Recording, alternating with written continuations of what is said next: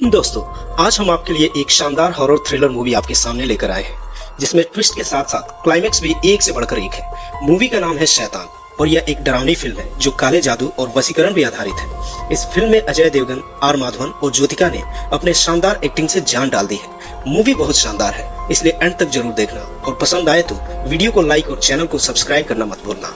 तो फिल्म की शुरुआत में हमें एक मरा हुआ चूहा दिखाया जाता है और यह एक अनजान आदमी उसे पॉलिथीन बैग में रख लेता है। फिर एक फिल्म का इंट्रो आता है और इसके बाद हमें एक फैमिली दिखती है जिसमें 4 लोग हैं। पिता का नाम कबीर है, माँ का नाम ज्योति और बड़ी बेटी का नाम जानवी और बेटी का नाम ध्रुव है।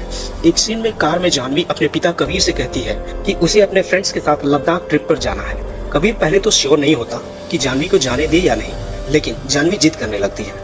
आखिर में कबीर मान जाता है, लेकिन कुछ कंडीशंस के साथ। उसे जानवी के सभी फ्रेंड्स का नाम और फोन नंबर चाहिए और सबसे इम्पोर्टेंट, जानवी को हमेशा अपनी लाइव लोकेशन शेयर करनी होगी। तो जानवी इन शर्तों पर मान जाती है। अगले दिन ट्रिप से पहले फैमिली एक छोटी आउटिंग पे निकलती है। ये लोग अपने फार्म हाउस जा रहे थे और रास्ते में एक रेस्टोरेंट में खाना खाने रुकते हैं। वहाँ सबके लिए पराठा मंगवाया जाता है, लेकिन जानवी उसे खाने से मना कर देती है क्योंकि उसमें काफी बटर था। इस बीच कबीर 2 चाय ऑर्डर करना चाहता था पर उसके पास छुट्टा नहीं था। ऐसे में वहाँ खड़ा एक अनजान आदमी अपने लिए एक चाय लेता है और 2 चाय कबीर की फैमिली के लिए भी ले लेता है। तो कबीर को वो अच्छा आदमी लगता है, तो उसे अपने फैमिली टेबल पे इनवाइट करता है और वो आदमी अपना नाम वनराज कश्यप बताता है और कबीर को फैमिली के साथ घुलने मिलने की कोशिश करने लगता है।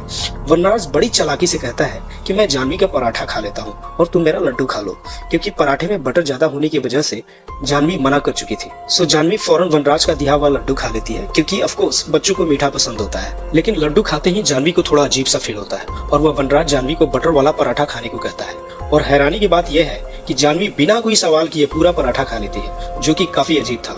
इसके बाद सभी खाना खाकर रेस्टोरेंट से निकलते हैं और जाने से पहले वनराज जानवी को एक बिस्किट का पैकेट देते हुए कहता है कि फार्म हाउस पहुंचते ही इसे पहले खा लेना। और जानवी उसकी बात मान लेती है, जो काफी अनयूजुअल था क्योंकि वो ऐसी लड़की थी जो किसी की बात इतनी आसानी से नहीं मानती थी, लेकिन वनराज की हर बात मान रही थी। फार्म हाउस पहुंचते ही जानवी सबसे पहले उस पैकेट से बिस्किट निकालकर खा लेती है। खैर, फार्म हाउस में पूरा परिवार मस्ती करने लगता है। इसी बीच जानवी नोटिस करती है कि वनराज फार्म हाउस के बाहर खड़ा है। वो कबीर को ये बताती है और जैसे ही कबीर पूल से निकलकर वनराज से मिलने जाता है, तब तक जानवी उसे घर के अंदर बुला चुकी थी। वनराज कहता है कि उसकी फोन की बैटरी खत्म हो गई है और वह सिर्फ अपनी बेटी को कॉल करना चाहता है। कबीर को ये थोड़ा अजीब लगता है, लेकिन फिर भी वो वनराज की बात मान लेता है। इस बीच हम देखते हैं कि वनराज की नजर लगातार जानवी पर है और जानवी उसकी हर बात मान रही है। ज्योति को घर में वनराज का यूं होना अच्छा नहीं लग रहा था, लेकिन कबीर कहता है कि हम बस उसकी मदद कर रहे हैं, थोड़ी देर में वो चला जाएगा, तब तक मैं चेंज कर लेता हूँ और उस पर नजर रखता हूँ। है, जानवी वनराज से बात कर रही होती है और बातचीत में वो अपने बॉयफ्रेंड के बारे में और अपने अपकमिंग लद्दाख ट्रिप के बारे में बताती है।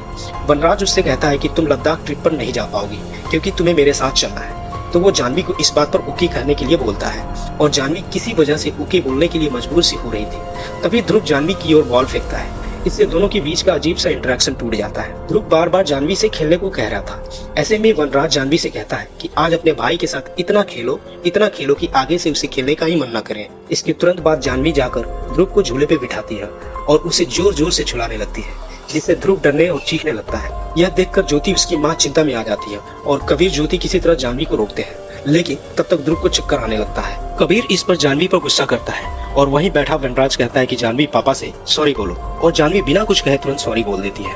अगले सीन में हम देखते हैं कि खाना खाते वक्त वनराज फिर से इनके फैमिली मैटर्स को दखल देने लगता है और कहता है कि उसे इनकी फैमिली के बारे में सब कुछ पता है। फिर वो जानवी से कहता है कि तुम अपने बॉयफ्रेंड विवान को फोन लगाओ और उससे ब्रेकअप कर लो। हैरानी की बात यह है कि जानवी बिना कुछ कहे ऐसा ही करती है। यह सब देखकर जानवी के पेरेंट्स बेहद घबरा जाते हैं। कबीर तुरंत वनराज को घर से निकलने को कहता है, लेकिन वनराज जाने को तैयार नहीं होता। ऐसे में कबीर उसे पकड़कर घर से बाहर निकालने लगता है, लेकिन अचानक जानवी अपने पिता से ही लड़ने लगती है और कहती है अंकल कहीं नहीं जाएंगे। वो अपने पिता को धक्का देने लगती है और उसका बर्ताव बिल्कुल पागलों जैसा हो जाता है। जानवी कहती है अंकल जो भी कहेंगे वो करना मेरे लिए जरूरी है। यहाँ वनराज बताता है कि उसने जानवी पर वशीकरण यानी काला जादू कर रखा है, जिससे अब जानवी सिर्फ वही करेगी जो वनराज बोलेगा। डेमो देने के लिए वनराज जानवी को खड़े होने और बैठने के लिए बार बार कहता है, फिर उसे हंसने और रोने के लिए भी कहता है और जानवी भी वैसा ही करती है। यह सब देख ज्योति रोते हुए पूछती है कि आपको हमसे क्या चाहिए। वनराज पहले तो इनसे सारे फोन टैबलेट्स वहीं रखने को कहता है और फिर जानवी से सारे फोन तुड़वा भी देता है। इसके बाद वो जानवी को चाय पत्ती तक खिलवाता है और कबीर से थप्पड़ मरवाता है। वनराज फिर आराम से पैर दबाते हुए कहता है, मैं जानवी को अपने साथ ले जाना चाहता हूँ। दरअसल वो चाहता था कि जानवी के पेरेंट्स उसका दान कर दे, यानी खुद कहे कि जानवी वनराज के साथ जा सकती है। उसे कैसे भी कबीर और ज्योति से कहलवाना है कि वे अपनी बेटी का हमेशा के लिए दान कर रहे हैं, लेकिन कबीर इसके लिए तैयार नहीं होता। ऐसे में वनराज कहता है कि जब कोई मेरे सामने तड़पता और गिड़गिड़ाता है तो मुझे बहुत अच्छा लगता है। ये कहकर जानवी को 1 लात मारता है। इस पर कबीर गुस्से में आकर वनराज को पीटने लगता है। तभी वनराज जानवी को कहता है कि ध्रुव का सिर फोड़ दो। जानवी तुरंत वैसा ही करती है। दूसरी तरफ हम देखते हैं कि पुलिस वहाँ पहुँचती है, क्योंकि ज्योति बार बार पुलिस हेल्पलाइन नंबर पर मिस्ड कॉल कर रही थी। पुलिस जब घर के अंदर आती है तो कबीर, ज्योति और वनराज ऐसे बिहेव करते हैं जैसे ये फैमिली और फ्रेंड्स हैं। दरअसल वनराज ने जानवी को गैस सिलेंडर के ऊपर बिठा दिया था और उस सिलेंडर की गैस खुली हुई थी और उसके हाथ में माचिस भी थी। यानी अगर कबीर या ज्योति ने कुछ भी बोला पुलिस के सामने तो जानवी माचिस जलाकर आग लगा देती, जिससे वो खुद तो मरी जाती, साथ में बाकी लोगों को भी नुकसान होता, क्योंकि गैस सिलेंडर ब्लास्ट हो सकती थी। कबीर फिर वनराज को घर और पैसे देने का ऑफर करता है, लेकिन वनराज कबीर के सामने ही सारे पैसे जला देता है, क्योंकि वनराज को सिर्फ जानवी चाहिए थी। वनराज कहता है कि धन, हवस और लालच जैसी चीजें मेरे अंदर नहीं है। वनराज कहता है कि मैं इंसान नहीं बल्कि इंसानों से बहुत आगे बढ़ चुका हूँ। ये उम्रा रात मेरे लिए आई है। वो समझता है कि उम्रा परछाई का वो काला हिस्सा है जहाँ रोशनी की एक किरण नहीं पहुँचती। इसके बाद वनराज संस्कृत में कुछ मंत्र बोलता है, जिससे साफ हो जाता है क्योंकि कुछ ही घंटों में वो किसी सुप्रीम पावर में बदल जाएगा। वो अहम ब्रह्मास्मि भी कहता है, जो उसके अहंकार को दर्शाता है।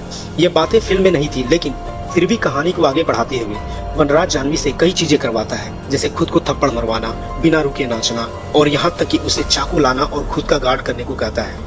एक पॉइंट पे तो जानवी इतनी कंट्रोल में होती है कि पैंट में सुसु कर देती है और ज्योति को उसका पैंट चेंज करना पड़ता है। इस बीच मौका देखकर ज्योति जानवी के हाथ से चाकू छीनकर वनराज पे हमला कर देती है और यहाँ काफी हाथापाई होती है, जहाँ एक तरफ वनराज और जानवी थे और दूसरी तरफ ज्योति और कबीर थे।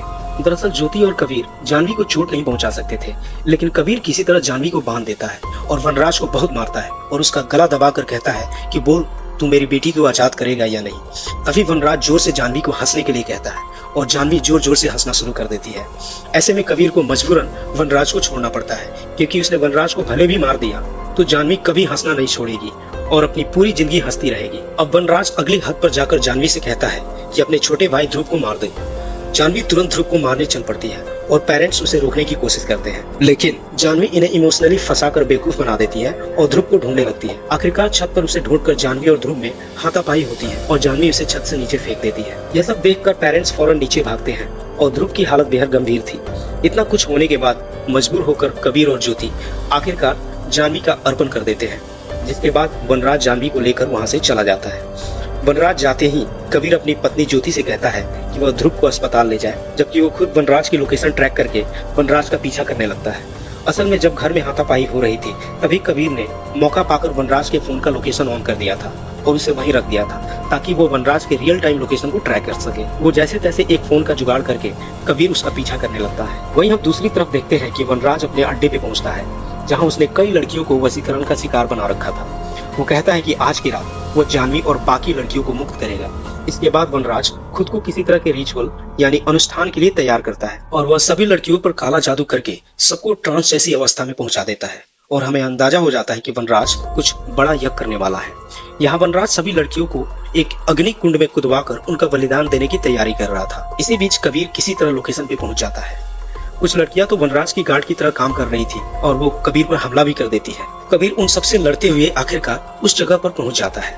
यहाँ यज्ञ हो रहा था। वनराज कुछ देर के लिए अपना रिचुअल रोक देता है और कबीर को घसीटकर उसके पास लाया जाता है। इस मौके पर वनराज अपना असली प्लान बताता है। वनराज कहता है कि इन सभी लड़कियों की बलि देने का वक्त आ गया है और वनराज कहता है कि इन सभी लड़कियों की बलि देने के बाद उसकी शक्तियाँ इतनी बढ़ जाएगी कि वह सिर्फ नजर मिलाकर किसी को भी अपने वश में कर सकेगा। अब उसे किसी को वशीकरण के लिए लड्डू पेड़ा खिलाने की जरूरत नहीं पड़ेगी। और कहता है कि दुनिया के सभी लोग भगवान के गुलाम हैं, लेकिन कुछ लोग इस काबिल ही नहीं होते, इसलिए वो सबको अपने वश में करेगा और उनका भगवान बनेगा। उसका प्लान पूरी दुनिया को अपने कंट्रोल में करना था। इसके बाद वनराज फिर से अपना रिचुअल शुरू करता है, जहाँ वो काली कठपुतलियों को आग में फेंक रहा था और लड़कियां धीरे धीरे आग की तरफ बढ़ रही थी। जैसे ही वो आखिरी लाल कठपुतली आग में फेंकने वाला था, जिससे कि सभी लड़कियां अग्निकुंड में कूद जाती, कबीर फौरन उस पर आग की लकड़ी से हमला कर देता है और वनराज कुछ कहने की कोशिश करता है, लेकिन कबीर बिना देरी किए उसकी जीभ काट देता है और उसे आग में फेंक देता है। तभी अचानक वनराज की आवाज सुनाई देती है।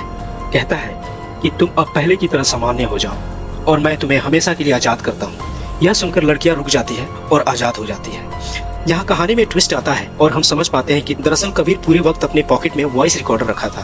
फार्म हाउस पर जब वनराज उन्हें चिढ़ाते हुए कह रहा था कि क्या चाहते हो कि मैं सबको आजाद कर दूं ताकि सब नॉर्मल हो जाए, तब कबीर ने उस आवाज को रिकॉर्ड कर लिया था और अपने बेटे की मदद से उन्हें रिकॉर्डिंग को एडिट करके सही जगह पर प्ले कर दिया और इसी ट्रिक से सबको बचा लिया। इसके बाद देखते हैं कि पुलिस मौके पे पहुंच जाती है और इस पूरे घटनाक्रम में कुल 108 लड़कियां आजाद हो जाती है। फिल्म इस बात पर जोर देती है कि 108 नंबर हमारे धर्म को काफी महत्वपूर्ण है। सभी लड़कियां अब अपने परिवार से मिल चुकी थी और ज्योति और ध्रुव भी सुरक्षित है। फिर कहानी 1 साल बाद सीन में शिफ्ट होती है, जहाँ फिल्म की शुरुआत वही चूहा पकड़ने वाला सीन दिखाया जाता है। अब हम देखते हैं कि वो चूहा पकड़ने वाला आदमी और कोई नहीं बल्कि खुद कबीर है। वह एक जंगल जैसी जगह में एक बेसमेंट में अंदर जाता है और यहाँ दिखता है कि उसने वनराज को कैद करके रखा है। जी हाँ दोस्तों, फिल्म के आखिरी सीन में कबीर वनराज को चूहा और चाय पत्ती खाने के लिए देता है और कुछ संवाद के जरिए उससे कहता है कि कैसे माता पिता अपने बच्चे के लिए किसी भी हद तक जा सकते हैं और वहीं अपने बच्चे के लिए भगवान होते हैं। तो फिल्म के अंत में हम समझ पाते हैं कि अब यही बेसमेंट या बंकर वनराज का नर्क बन चुका है और कबीर उसका भगवान, या हम कबीर को शैतान भी कह सकते हैं। और इसी पॉइंट पे यह फिल्म खत्म हो जाती है। तो दोस्तों, उम्मीद है आपको ये मूवी पसंद आई होगी। अगर पसंद आई तो हमें कमेंट करके जरूर बताएं और साथ ही इस वीडियो को लाइक करके अपने दोस्तों के साथ शेयर करना ना भूलें। और अगर नए हैं तो चैनल को सब्सक्राइब करके नोटिफिकेशन बेल जरूर दबा दें। हम फिर मिलेंगे ऐसी ही एक शानदार कहानी के साथ। Till then take care and thanks for watching.